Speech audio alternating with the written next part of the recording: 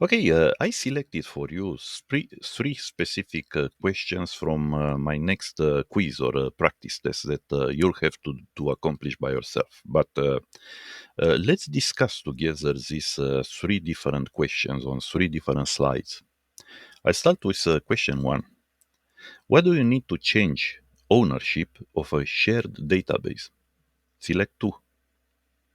And you have here grant ownership privileges on the shared database to the other role. Drop the shared database and allow the other role to recreate it from the same share. Grant to the other role create database and import share privileges. Grant to the other role create database privileges. Assign the account admin system role to the other role. Okay, I will stop. You can stop the video here, go think about and come back because I'll go ahead with the answer. Okay, so B and C. Drop the share database, okay, and allow the other role to recreate it from the same share, and grant to the other role create database and import share privileges. Let's discuss this a bit. If you look at C and D, definitely the difference is that, obviously, if the other role needs to create the database to recreate it, the role will need create database privileges. So D is obvious. But you see, it's not enough. They need also import share because that's a specific kind of database. That's actually not a database at all. That's a proxy. Yeah, that's a proxy for an actual database that was actually shared through a secure data share. So that's a pointer actually to actual objects that have been shared with you. And that's why for these specific objects, you need also the import share privileges. And it's important also that A does not apply because usually with other kind of objects in Snowflake, you can simply say grant ownership to another role. Okay, but in this case, no. Use the owner. Yeah, you'll have to drop the share database, then switch to the other role and recreate basically the share database with the other role. But right before to be able to do it, this other role must have been granted privileges to create database, obviously, and then to import share. Okay, and the last option, yeah, obviously is too strong. Yeah, there's a security breach here. You don't usually, even temporarily, you don't assign account admin like this assistant role, the most powerful role, to other roles just to accomplish something. That's a bad practice. Okay. Question two. You create a CDC, change data capture, manage task, calling system stream has data in the when condition every 10 minutes. On new data, it will execute a merge statement to transfer the data from the stage into the target table. When is the related warehouse consuming credits for this task? Every 10 minutes, only when there is new data to transfer. There is a serverless task, so there is no consumption. Okay, you can stop the video here, go think about and come back. I'll go ahead with the answer. Only when there is new data to transfer. Okay, let's get choice C out of the way because, yeah, obviously this is bad. But I encourage you to look at the tasks because you have two types of tasks here. They start in Snowflake just with what we call today managed tasks. So for each task, you had to specify a warehouse. But they introduced at some point in time, about 2 years ago, serverless tasks. Okay. And yeah, in our case here, I simply specifies manage tasks, but the choice C, yeah, could get you out of track, assuming okay, this could be a serverless task. No, if you see manage tasks there, just get the option C out of the way. Okay, for the rest, let's see. Basically, the two remaining choices they say two different things. The choice A, this means that, okay, you'll have the warehouse executing every 10 minutes. Stream has data. Why is this not happening?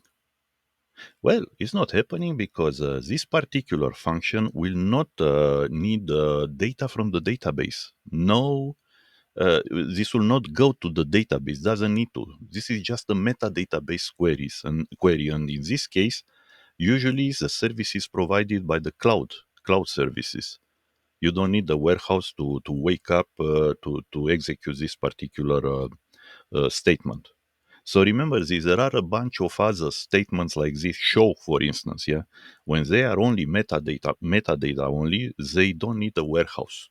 Yes, they may consume a little of cloud services, and they may become important if you call this show very often, let's say. But in this case, just remember that's why you may have a task not starting any warehouse.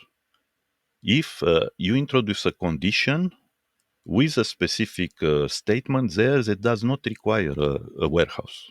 Okay, so only on new data, the merge statement will trigger, and yeah, immediately if you have a merge statement, this will require a warehouse. Okay, keep this in mind, it's important. Question 3. You already share data through reader accounts for your local Seattle departments, but now you will also expand to China, and you want their offices to privately and securely access your data as well.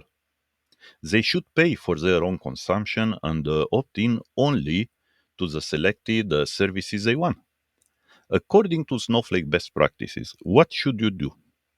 Create other similar reader accounts for them, use the same secure data shares with their own accounts, advertise your services with private data exchange in the same region, advertise your services with private data exchange, and use replication for the data shares. Advertise your services on the public Snowflake marketplace and use replication for the data shares. Okay, so that's a very long scenario. But that's why, on purpose, I brought this up because you'll have sometimes questions with twice or even three times more text than you have here on screen. And just remember, these are just sample questions, okay? These are not real exam questions, but there are many things here around that, yes, they may come up, and you'll be able to create the association. Oh, I've seen this kind of thing before, so you'll be able to answer specifically for what they ask you there. Going back to our question here, as usual, you may stop the video here and come back later on because I will go ahead, yeah, with the answer. D. Advertise your services with private data exchange and use replication for the data shares.